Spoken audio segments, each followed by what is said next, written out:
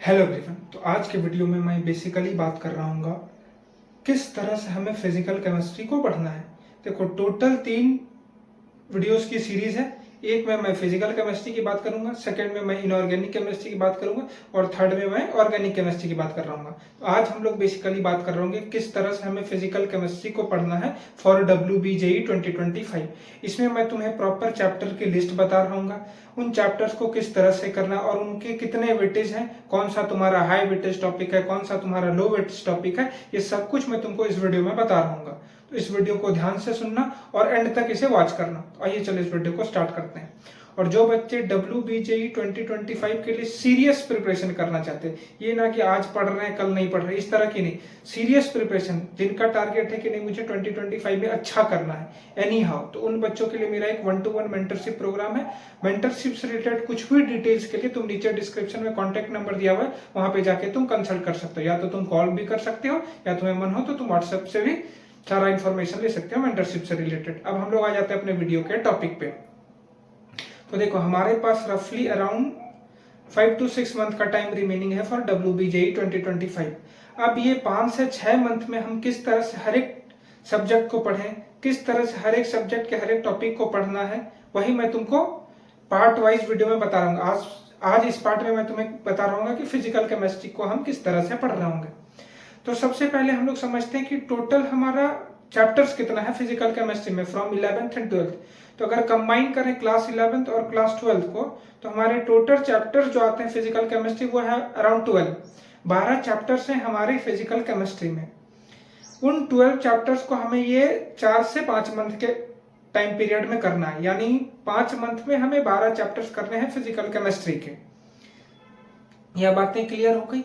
अब हम लोग बात करते हैं कि वह कौन कौन सा चैप्टर है जिनको हम फिजिकल केमिस्ट्री के अंडर कर रहे होंगे। तो सबसे पहला टॉपिक है तुम्हारा मोल कॉन्सेप्ट, ये क्लास 11th का टॉपिक है। एटॉमिक स्ट्रक्चर क्लास 11th का टॉपिक। इक्विलिब्रियम जिसमें तुम्हारा केमिकल आयोनिक क्लास 11th का topic. Gaseous state class 11th का टॉपिक। थर्मोडायनेमिक्स क्लास 11th का टॉपिक। अब आ जाते हैं सॉलिड स्टेट क्लास 12th का topic. Chemical kinetics class 12th का टॉपिक। इलेक्ट्रोकेमिस्ट्री क्लास 12th का टॉपिक। इलेक्ट्रोकेमिस्ट्री हो गया। उसके बाद तुम्हारा आया रेडॉक्स रिएक्शन, ये है तुम्हारा क्लास 11th का टॉपिक। तो यानी इन टोटल हमारा 12 चैप्टर्स हैं फिजिकल केमिस्ट्री में from class 11th and class 12। इन्हीं 12 चैप्टर्स को हमें करना है, ठीक है। अब किस तरह से हम फिजिकल केमिस्ट्री को पढ़ रहे होंगे वो मैं तुम्हें बताता हूँ। देखो, यह वीडियो बनाने से पहले मैंने पास्ट ईयर के जितने भी क्वेश्चन है तुम्हारे फिजिकल केमिस्ट्री को, उनको मैंने अच्छे से एनालाइज करा फ्रॉम 20 to 24। उस एनालिसिस के बेसिस पे मैं ये वीडियो बना रहा हूँ। तो इस वीडियो में जो भी मैं बताऊंगा उनको सीरियसली फॉलो करना। अगर उनको कर लेते हो फॉलो तो डेफिनेट है कि फिजिकल केमिस्ट्री में तुम अच्छा स्कोर कर जाओगे। ये क्लियर है? तो देखो, फिजिकल केमिस्ट्री के मैंने जितने भी क्वेश्चन देखे, ये जो मैंने टॉपिक्स बताए तुम्हें 12 चैप्टर्स, इनमें मैंने जितने भी क्वेश्चन देखे फ्रॉम 2020 to 2024, उनमें एक पैटर्न दिख रहा है। वो क्या है कि मैक्सिमम क्वेश्चन तो तुम्हारे फिजिकल केमिस्ट्री से आ रहे हैं, या तो वो डायरेक्ट कॉन्सेप्चुअल है या तो फिर डायरेक्ट फॉर्मूला बेस्ड है, बीच का कोई प्रॉब्लम नहीं है। या तो डायरेक्ट वो कॉन्सेप्ट बेस्ड पे होंगे या फिर डायरेक्ट फॉर्मूला बेस्ड पे होंगे। तो इनसे हमें क्या समझ में आ रहा है, फिजिकल केमिस्ट्री को हम जब पढ़ेंगे तो हमारे लिए कॉन्सेप्ट को पकड़ना बहुत इंपॉर्टेंट है, और सेकंड जितने भी फॉर्मूलाज यूज होंगे उस चैप्टर में उनको याद करना हमारे लिए बहुत इंपॉर्टेंट है। ये सबसे बड़ा 2 इंपॉर्टेंट पॉइंट है फिजिकल केमिस्ट्री को स्ट्रॉन्ग करने के लिए। सबसे पहला कॉन्सेप्ट बिल्डिंग, बेहतर कॉन्सेप्ट अगर हुए, और सेकंड अगर तुम फॉर्मूला याद रख पाए सारे चैप्टर्स का, तो इजिली तुम फिजिकल केमिस्ट्री के सारे क्वेश्चन को WBJE में अटेम्प्ट कर पाओगे। यह बातें समझ में आ गई। अब ये बिल्डअप कैसे करें, कॉन्सेप्ट बिल्डअप कैसे करें और फार्मूला को किस तरह से याद करें, जो कि 1 या 2 चैप्टर तो हमारा है नहीं, अराउंड 12 चैप्टर्स है। अब 12 चैप्टर्स में देखोगे तो मोर देन 100+ फॉर्मूलाज होगा, तो उनको कैसे याद करना है, इसकी ट्रिक मैं तुमको अब बताने वाला हूं। तो सबसे पहली बात, ये जो तुम 12 चैप्टर्स मैंने तुम्हें बताए, इन 12 चैप्टर्स के लिए हमें क्या करना है, किस स्टेप में हमें इन 12 चैप्टर्स को कवर करना है। तो सबसे पहला और सबसे इंपॉर्टेंट स्टेप रहेगा तुम्हारा लेक्चर। लेक्चर की जब मैं बात करूं तो मैं वन शॉट की बात नहीं कर रहा हूं। इन 12 चैप्टर्स को तुम्हें प्रॉपर डिटेल लेक्चर के थ्रू देखना है। अब तुम किसी भी टीचर से देख सकते हो, जिन भी टीचर का कॉन्सेप्ट तुम्हें समझ में, जिन भी टीचर के लेक्चर तुम्हें अच्छे लगते हैं, उनसे तुम ये 12 चैप्टर्स के लेक्चर कर लोगे। लेक्चर होने के बाद और at a time of lecture, जब तुम लेक्चर देख रहे होगे तो एक बात ध्यान देना, जो भी टीचर तुम्हारे समझा रहे हैं, जो भी कॉन्सेप्ट वो समझा रहे हैं, उनको समझने का कोशिश करना। ये नहीं कि बस रट जाना है कि नहीं ये ऐसे होगा बस इनको याद करो, नहीं। याद करने से तुम वहां पे प्रॉब्लम सॉल्व नहीं कर पाओगे। जब तक तुम्हारा कॉन्सेप्ट का अंडरस्टैंडिंग नहीं होगा, तुम एग्जाम में प्रॉब्लम सॉल्व नहीं कर सकते हो। तो जब भी तुम फिजिकल केमिस्ट्री के लेक्चर लो तो उनमें जो भी टीचर्स बता रहे हैं उनको ध्यान से सुनना है, सारे कॉन्सेप्ट को समझने का कोशिश करना, याद करने का कोशिश नहीं करना। यह बातें क्लियर हो गई? लेक्चर वाला पार्ट तुम्हारा डन हो गया। लेक्चर के इमीडिएट बाद क्या करना, कोई भी तुम्हारे पास बुक हो, या तो एनसीईआरटी हो या फिर तुम्हारे कोचिंग के मॉड्यूल हो, उनसे थ्योरी कर लेना।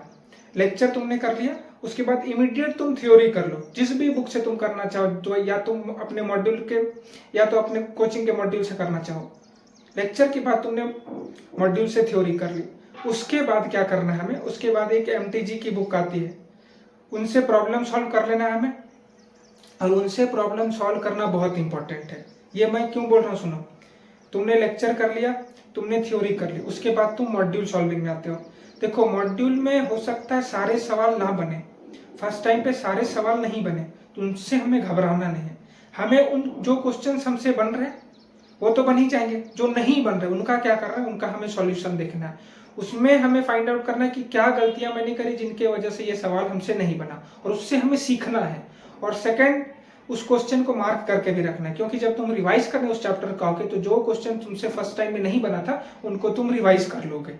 या बातें क्लियर होगी? तो यहाँ से दो काम हो जाएगा तुम्हारा, एक प्रॉब्लम सॉल्व भी हो जाएगा, और सेकंड ये जो मैंने तुम्हें स्टार्टिंग में बताया था कि फॉर्मूला याद करने वाली बातें, ये तुम्हें याद करने का नीड नहीं होगा, क्योंकि एक कॉन्सेप्ट से रिलेटेड तुम 3 या 4 सवाल बनाओगे तो ऑटोमेटिक ट्रिगर कर जाएगा कि इस प्रॉब्लम में कौन सा फॉर्मूला यूज होगा। उसके लिए हमें अलग से फॉर्मूला की शीट नहीं बनानी है और याद नहीं करनी है। हम अगर ज्यादा प्रॉब्लम प्रैक्टिस कर लेते हैं तो ऑटोमेटिक है कि हम फॉर्मूला याद रख पाते हैं। इसी के लिए ज्यादा प्रॉब्लम प्रैक्टिस का ये भी बेनिफिट है कि फॉर्मूला याद करना हमें नहीं होता है। इसी के लिए हमें ज्यादा से ज्यादा प्रॉब्लम प्रैक्टिस करनी है। एमटीजी तुमने सॉल्व कर ली, और एंड स्टेप तुम्हारा आता है पीवाईक्यू सॉल्विंग।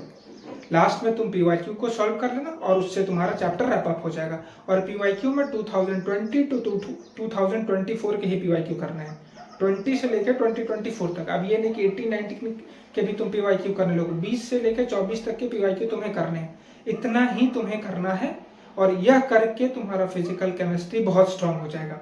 और इससे एक स्टेप एक्स्ट्रा नहीं करना है, और कोई अननेसेसरी बुक सॉल्विंग नहीं, अननेसेसरी मॉड्यूल के क्वेश्चन नहीं सॉल्व करने हैं, जेई मेंस के क्वेश्चन नहीं सॉल्व करने हैं, जेई एडवांस के क्वेश्चन नहीं सॉल्व करने हैं। ये मैं पहले ही बता दूं, क्योंकि बहुत बच्चे करते हैं कि भैया एमटीजी तो हो गया, पीवाईक्यू हो गया, अब जेई मेंस के क्वेश्चन कर लेता हूँ, जेई एडवांस के क्वेश्चन कर लेता हूँ। ये बिल्कुल नहीं करना है।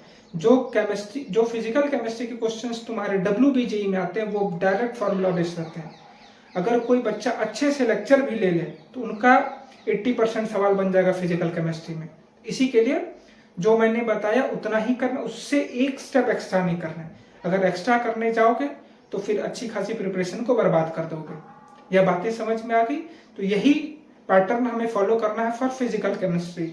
अब नेक्स्ट बात करते हैं इनऑर्गेनिक केमिस्ट्री और ऑर्गेनिक केमिस्ट्री के लिए। उसके लिए तुम्हारा सेपरेट वीडियो आएगा जिसमें मैं इनऑर्गेनिक और ऑर्गेनिक केमिस्ट्री की बात करूँ, किस तरह से इनऑर्गेनिक केमिस्ट्री पढ़ना और किस तरह से ऑर्गेनिक केमिस्ट्री पढ़ना है। और इस वीडियो से रिलेटेड किसी भी टाइप का कंफ्यूजन, कोई भी डाउट, कोई भी सवाल हो तो तुम नीचे कमेंट सेक्शन में कमेंट करके पूछ सकते हो।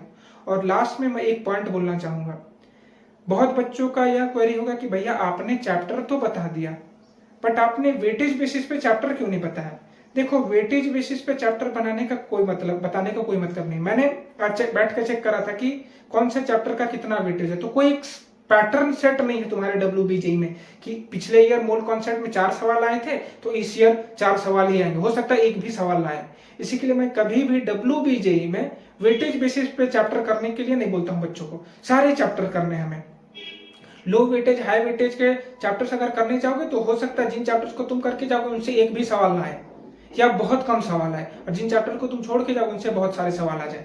इसी के लिए मैं कभी भी वेटेज बेसिस पे चैप्टर करने नहीं बोलता हूँ WBJEE के बच्चों के लिए। और इस वीडियो में भी मैंने वेटेज बेसिस पे चैप्टर तुम्हें नहीं बताया, मैंने टोटल चैप्टर बता दिए। टोटल 12 चैप्टर्स है, उनको किस तरह से पढ़ना है, कौन कौन से स्टेप फॉलो करने हैं। अब रही बात तुम्हें करना है, अगर फिजिकल केमिस्ट्री अच्छा तो तुम ये स्टेप को फॉलो करोगे, बाकी तुम्हारा चॉइस है, तुम्हें जो करना हो करो। मैंने तुम्हें प्रॉपर स्टेप बता दिया कि किस तरह से फिजिकल केमिस्ट्री पढ़ना है।